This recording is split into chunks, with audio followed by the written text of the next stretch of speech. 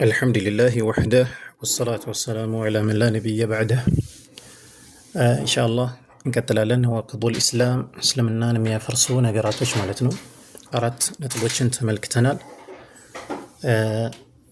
الشرك الأكبر ከዛ በኋላ እንደዚሁ ደግሞ ወሳኢጥን በተመለከተ ከዛ ደግሞ ሶስት ነጥቦችን ተምረናል። ከዛ ደግሞ ተክፊር الكافر ካፊርን አለማክፈር በተመለከተ ተመልክተናል። አሁን አራተኛው ነጥብ ላይ ያለ ነው። ሼኹ አራቢዑ አራተኛው ብለው ያስቀመጡት መትኑን እንመልከት። ከዛ አጠር ያለ ማብራሪያ እንጨምራለን። من اعتقد ያመነ ሰው አሉ። አሁንም ይሄ ኢዕቲቃዲ ነው። ያመነ ሰው أن غير هدي النبي صلى الله عليه وسلم هدي ማለት መመሪያ ማለት ነው እና أن غير هدي النبي صلى الله عليه وسلم ከነቢዩ ሰለላሁ ዐለይሂ ወሰለም መመሪያ ውጭ ያለን ነገር ማለት ነው አክመሉ ይበልጥ የተሟላ ነው ብሎ ካመነ ሚን ሀዲሂ ከርሱ መመሪያ ማለት ነው ከነቢዩ ዐለይሂ ሰላቱ ወሰላም መመሪያ የበለጠ ሌላ አለ ወይም ደግሞ ከሳቸው ውጭ የሆነ ሸሪዓ ማለት ነው የተሟላ ነው ብሎ ካመነ ወአነ ሑክመ ገይሪሂ ከነቢዩ ሰለላሁ ዐለይሂ ወሰለም ፍርድ ውጭ ደግሞ ያለን ፍርድ አሕሰኑ ሚን ሑክሚሂ ከሳቸው ሑክም የተሻለ ያማረ ነው ጥሩ ነው ካለ ሰውየው ምሳሌ ሲሰጡ ምን አሉ? ከለዚነ እነዚያ ይመሰለ ዩፈድሉነ ሑክመ ጠዋጊት የጠዋጊቶችን ሑክም የሚያስበልጡ ሰዎች አለ ሑክሚሂ ከነቢዩ ሰለላሁ ዐለይሂ ወሰለም ሑክም የሚያስበልጡ ሰዎች። ለምሳሌ ነቢዩ ዐለይሂ ሰላቱ ወሰላም በሸሪዓቸው የሰረቀ ሰው እጅ ይቆረጣል። ትክክለኛ መስፈርቶቹ ተሟልቶ ማለት ነው እጅ ይቆረጣል። ነገር ግን አንድ ሰው መጥቶ አይ በዲሞክራሲ 3 ወር ነው የሚታሰረው ወይም 3 ዓመት ነው የሚታሰረው ይህ የተሻለ ነው ብሎ ካመነ ማለት ነው فهو ካፊር ይህ ሰው የካፊር ነው የሚሆነው በነቢዩ ሰለላሁ ዐለይሂ ወሰለም ሸሪዓ እንደ ካደ ነው የሚቆጠረው። ለዚህ አሁንም ልብ እንበል። الرابع አራተኛው من اعتقد ያመነ ሰው أن غير هدي النبي صلى الله عليه وسلم كنبي صلى الله عليه وسلم ውጭ ያለን መመሪያ ወይም ሸሪዓ አክመሉ ሚን ሀዲሂ ከርሳቸው ሸሪዓ የተሻለ ነው ወይም የተሟላ ነው ካለ አክመሉ ማለት የተሟላ ማለት ነው። የነቢዩ ዐለይሂ ሰላቱ ወሰላም ሸሪዓ ደግሞ ጎደሎ ነው፣ ኋላ ቀር ነው፣ ከ1000 ዓመት በፊት ለነበሩ ሰዎች የወረደ ነው፣ እኛን አይሆንም፣ እኛ አሁን ዘመናዊ ሰዎች ነን፣ እኛ ስልጣኔ ሰዎች ነን ምናምን የሚሉ አሉ። በሸሪዓ እንመራም እኛን አይመለከትም የሚሉ ሰዎች አሉ። ልክ እንደነሱ ማለት ነው። ከነቢዩ ዐለይሂ ሰላቱ ወሰላም ውጭ ያለን ሸሪዓ ወይም ደግሞ መመሪያ ማለት ነው ይበልጥ የተሟላ ነው ከሳቸው ሸሪዓ በበለጠ ካለ ወአነ ሑክመ ገይሪሂ ከነቢዩ ሰለላሁ ዐለይሂ ወሰለም ውጭ ከሳቸው ሱና ውጭ የተፈረደን ፍርድ ማለት ነው አሕሰኑ ሚን ሑክሚሂ እሳቸው ከሚፈርዱት የተሻለ ነው ብሎ ካመነ ከለዚነ ይፈድሉና እንደነዚያ እንደሚያስበልጡ ሰዎች ሑክመ ጠዋጊቲ ለምሳሌ ዲሞክራሲን ይመስል አለ ሑክሚሂ ከረሱል ሰለላሁ ዐለይሂ ወሰለም ሱና ማለት ነው ሸሪዓ የሚያስበልጡ ሰዎች ይመስል فهو ካፊሩን እንዲህ አይነት ሰው ይከፍራል። እስልምና ምንም አይጠቅመውም ይህ ሰውዬ። እንግዲህ እዚህ ጋር መመልከት ያለብን ነገር አለ። እሱም መስአለቱል ሑክሚ ቢገይሪ ማ አንዘለላህ ነው። ብዙ ጊዜ ክርክር የሚበዛበትና በደንብ ልንረዳው የሚገባ ነጥብ ነው በአቂዳ ጉዳዮች ላይ ማለት ነው። አላህ ካወረደው ውጪ በሆነን ነገር መፍረድን በተመለከተ ማለት ነው። الحكم ሲባል ሉገተን القضاء والفصل ማለት ነው። እንግዲህ قضاء ፍርድ ማለት ነው حكم ሲባል والفصل እንግዲህ መለየት ማለት ነው። በሁለት ተጨቃጫቂዎች መካከል ወይም በሁለት ልዩነቶች መካከል መለየት ማለት ነው ፍርድ ማለት ነው። ما أنزل الله ሲባል الشريعة ዲኑ الإسلام ነው። ዋጅብም ይሁን ሙስተሐብም ነገር አላህ ያወረደው ነገር ما أنزل الله ይባላል። طيب ስለዚህ يكون الحكم بغير ما أنزل الله ከተባለ ناقضا كفرا أكبر في أحوال الآتية ይሄ ነው ልብ ማለት ያለብን።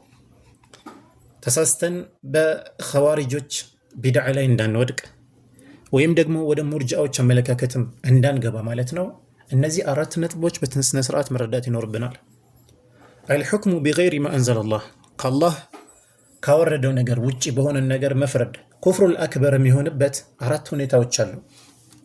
አንደኛው አልጀህድ ነው ወይም ኢንካሩ ሁክሚላህ ነው። የአላህን ሁክም ኢንካር ማድረግ፣ መቃወም፣ ውድቅ ማድረግ፣ ማስተባበል ማለት ነው። ሰውየው በዛ ሸሪዓ ቢተገብር እንኳን ለምሳሌ አሰላቱ ወልሒጃብ የመሳሰለው ሰውየው ሰላት ዋጅብ አይደለም ይላል፣ ሰላት የአላህ ሸሪዓ አይደለም ይላል። ነገር ግን ሰውየው ቢሰግድ እንኳን ይህ ኩፍር ነው፣ ይሄ ጅሁድ ነው፣ ማስተባበል ይባላል። ሁለተኛው ደግሞ አተፍዲል ማስበለጥ ማለት ነው። ይህ ደግሞ ምንድን ነው? ከአላህ ሸሪዓ ውጭ ያለን ነገር ማስበለጥ። ለምሳሌ ይሄ ዲሞክራሲ ምናምን በዚህ ዘመን ያሉ ነገሮች ሊሆኑ ይችላሉ። ከሸሪዓ ማስበለጥ ይሄ ኩፍሩል አክበር ነው። ለምን በአንድ ሁክም አይሆንም? በአንድ ሁክም ቢሆን እንኳን ማለት ነው ሰውየው ቢተገብረው እንኳን ከሸሪዓ ዲሞክራሲ የሚሻላል የሚል ከሆነ ይሄ ከፍራል ማለት ነው። ይሄ ተፍዲል ይባላል። ሁለት ሶስተኛው አተስዊያ ይባላል። እኩል እኩል ማድረግ፣ ከአላህ ውጭ ያሉ ህግጋትን ከአላህ ሸሪዓ ጋር እኩል አድርጎ መመልከት፣ ይሄም ኩፍሩል አክበር ነው። አራተኛው ተጅዊዝ ይባላል። ይበቃል፣ ይፈቀዳል ብሎ ማመን። ለምሳሌ በሸሪዓ መፍረድ ዋጅብ ነው። አንድ ሰው አይ ከሸሪዓ ውጭ ባለም ነገር መፍረድ እንደዚሁ ምንም ችግር የለውም ጃኢዝ ነው ይፈቀዳል ካለ ይሄም ኩፍሩል አክበር ነው። እነዚህ አራቱን በጥንቃቄ መረዳት ይኖርብናል ማለት ነው።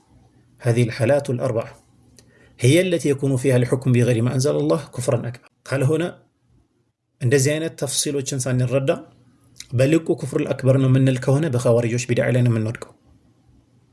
አንዳንድ ዑለሞች ይህ ሁሉ የጠቀስናቸው አራቱ አልኢስቲሕላል በሚለው ጠቅልለው ይገልጹታል። ኢዕቲቃዱል ሒል ማለት ነው። በቃ ይፈቀዳል ብሎ ማመን ከአላህ ውጭ ያለን ሸሪዓ። ስለዚህ የመጀመሪያው ሼኹ ያስቀመጡት መትኑ ላይ ያለው ነገር በዚህ መልኩ ልንረዳው ይገባል ማለት ነው። እነዚህ ሁኔታዎች ነው ከአላህ ውጭ ያሉ ሸሪዓዎችን ማለት ነው በእነሱ መፍረድ ኩፍሩል አክበር የሚሆነው። ወደ አምስተኛው እሳቸው ያስቀመጡት ነጥብ ስንሄድ ቡግዱ መጥላት ማ ጃአ ቢሂ ረሱል ሰለላሁ ዐለይሂ ወሰለም ነቢዩ ዐለይሂ ሰላቱ ወሰላም የመጡበት ነገር መጥላት፣ ይሄ ከኩፍሩል አክበር ወይም ደግሞ ከእስልምና ከሚያስወጡ ነዋቂድ መካከል አንዱ ነው። አልኻሚስ አሉና አምስተኛው አሉ መን አብገደ ሸይአን አንዳች ነገር የጠላ ሰው ሚማ ጃአ ቢሂ አረሱሉ ሰለላሁ ዐለይሂ ወሰለም። ሚማ ጃአ ቢሂ ማለት ይዘው የመጡት ማለት ነው። አረሱሉ ሰለላሁ ዐለይሂ ወሰለም ነቢዩ ዐለይሂ ሰላቱ ወሰላም ይዘውት ከመጡት ዲን አንዳች ነገር የጠላ የሆነ ሰው ወለው ዓሚለ ቢሂ ቢሰራበት እንኳን በዛ ነገር ከፈረ ኢጅማዕን በሙስሊሞች ስምምነት ይሄ ሰውዬ ከእስልምና ይወጣል። ለምሳሌ ሰውየው ሰላትን የሚጠላ ከሆነ ቢሰግድ እንኳን ከእስልምና ይወጣል፣ ካፊር ነው የሚሆነው። ቡግድ አላህ ያወረደውን ሸሪዓ መጥላት ይሄ ኩፍር ነው። ወደሊሉ ማስረጃው ደግሞ ቀውሉሁ ተዓላ የአላህ ንግግር ነው። አላህ ምን አለ?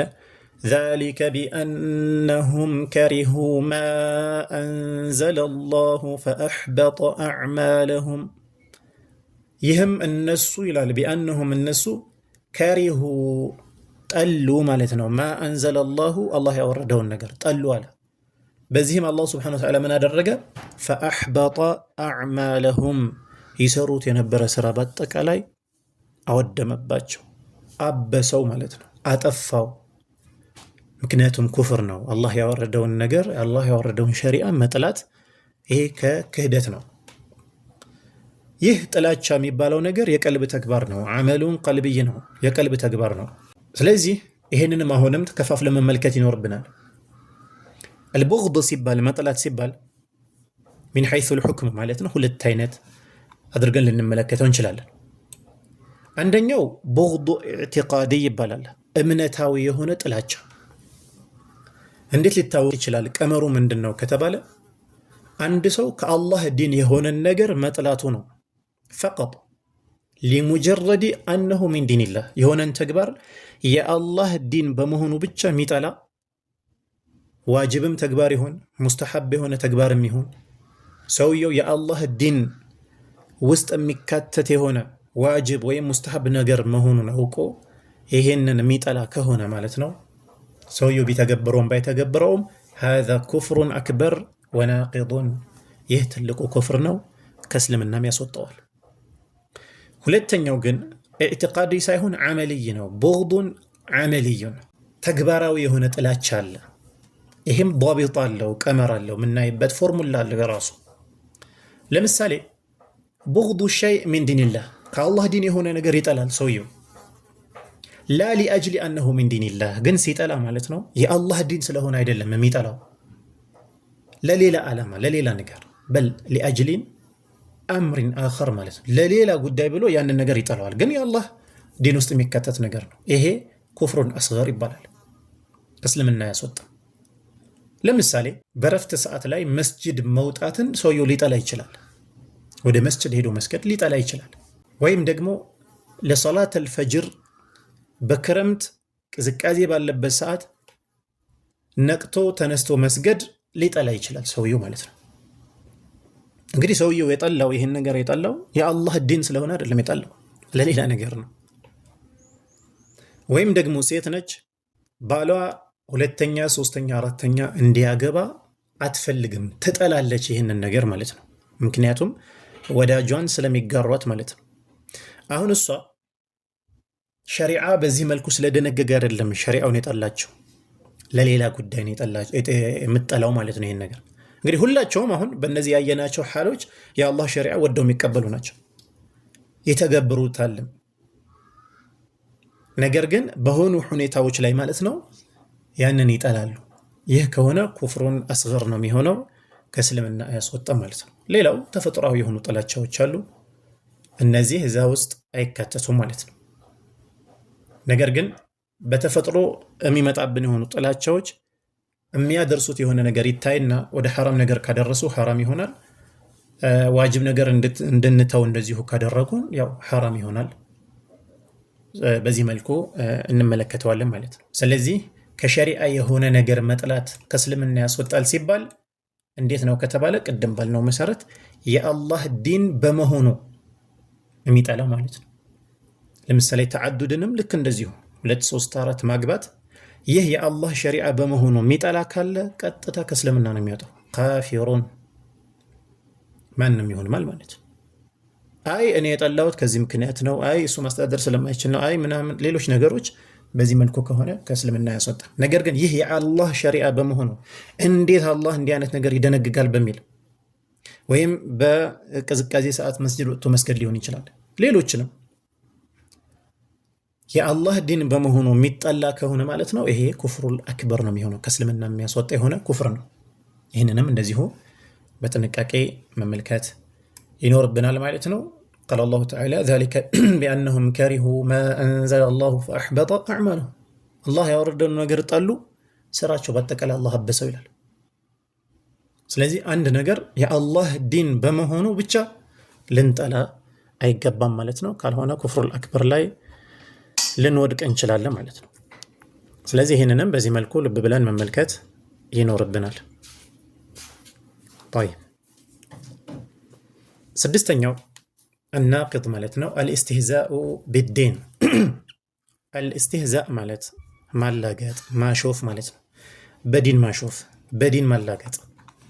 السادس አሉና من استهزأ ያላገጠ ያሾፈ ሰው بشيء በአንዳች ነገር ሚን ዲኒላሂ ከአላህ ዲን የሆነ አው ሰዋቢሂ ወይም አላህ ከሚሰጠው ምንዳ አው ዒቃቢሂ ወይም ደግሞ አላህ ከሚቀጣበት ቅጣት ሊሆን ይችላል። በእነዚህ በአንዳቸው ያሾፈ ያላገጠ ሰው ከፈረ ይከፍራል፣ ሰውየው ከእስልምና ይወጣል ማለት ነው። ለዚህም ማስረጃው ወደሊሉ ቀውሉሁ ተዓላ አላህ ሱብሓነሁ ወተዓላ የተናገረው ንግግር አለ። ቁል በላቸው አንተ ሙሐመድ ሆይ عليه الصلاة والسلام أبالله وآياته ورسوله كنتم تستهزئون بالله بأنكسوچو بملكتنيو ستالقطو نبرن بلاچو لا تعتذروا عذر እንዳታቀርቡ عذر የሚባል ነገር የለም قد كفرتم بعد إيمانكم ካመናችሁ በኋላ በእርግጥም ክዳችኋል عذر ሁላ እንዳታቀርቡ ነው የተባሉት። ስለዚህ በአላህ ዲን ማላገጥ ከእስልምና የሚያስወጣ የሆነ ኩፍር የሆነ ተግባር ነው።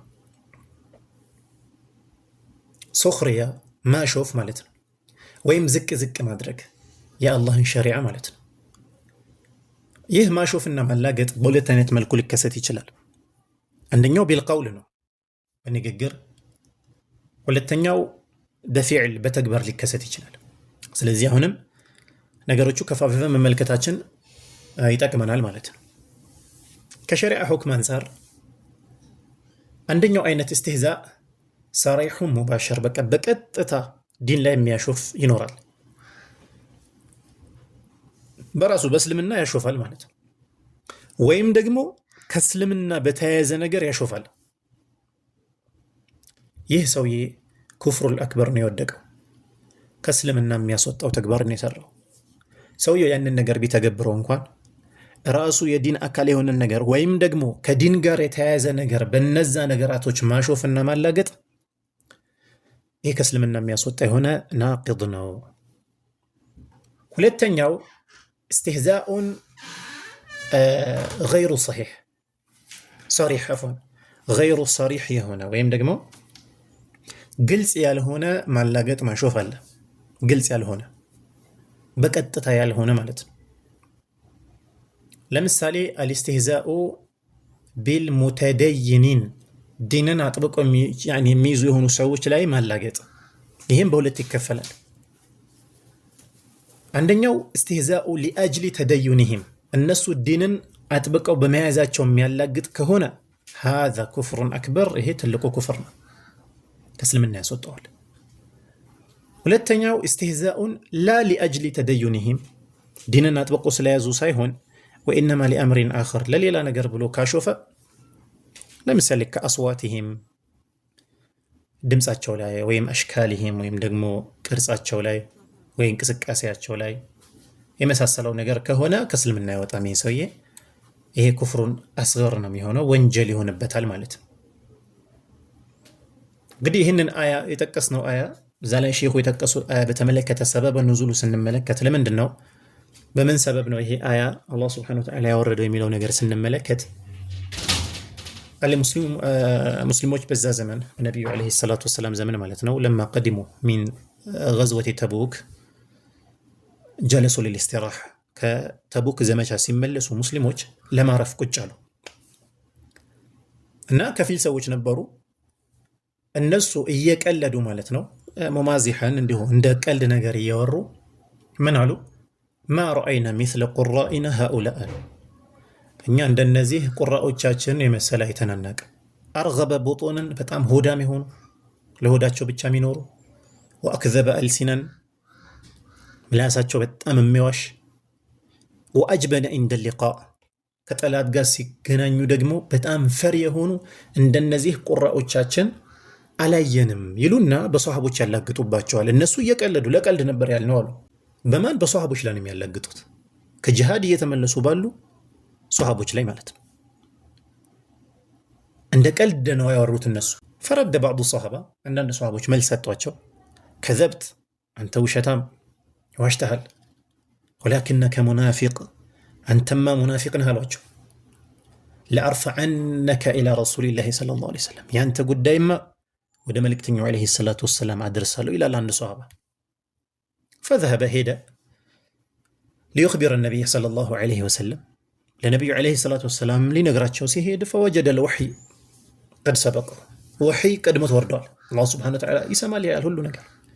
እነዛ ሙናፊቆች ያሉት ነገር አላህ እየሰማ እያየ ነው።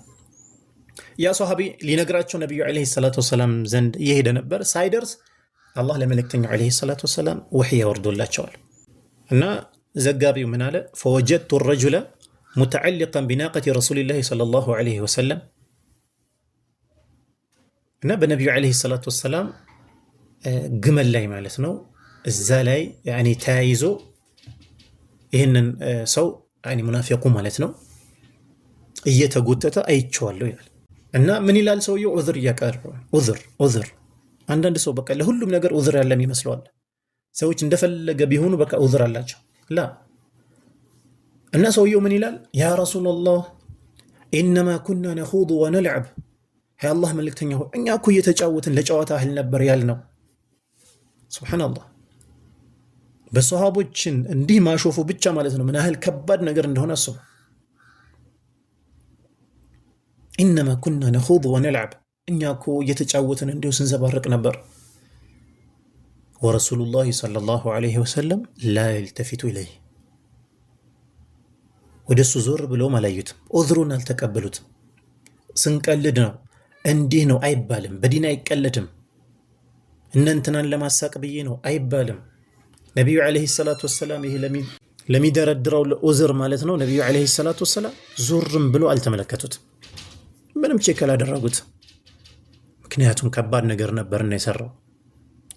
ዑዝሩን ሊቀበሉት አልቻሉም ነቢዩ ዐለይሂ ሰላቱ ወሰላም። እንደውም እሳቸው በጣም የሚደጋግሙት ምንድን ነው? ቁል አቢላሂ ወአያቲሂ ወረሱሊሂ ኩንቱም ተስተህዚኡን፣ ስታላግጡ ነበርን በአላህ በአንቀጾቹ በመልክተኛው ዐለይሂ ሰላቱ ወሰላም። ይህንን እየደጋገሙ ይሉታል። አያው ላይ እንደተመለከትነው ዑዝር እንዳታቀርቡ ነው የተባሉት ማለት ነው።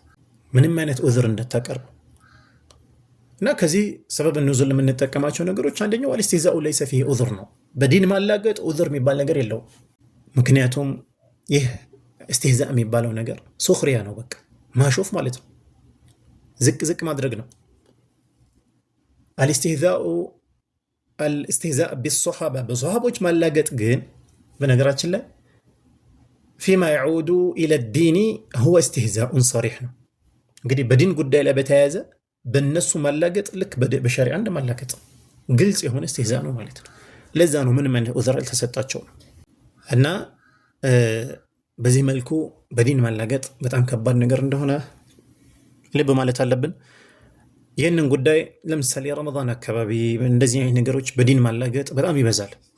አንዳንዶች ላይክና ፎሎ ብቻ ስሜታቸው የሚነዳቸው ሰዎች ማለት ነው በሰላት የሚያላግጡ ቪዲዮዎችን ይነሽራሉ፣ ይስቃሉ በሱ።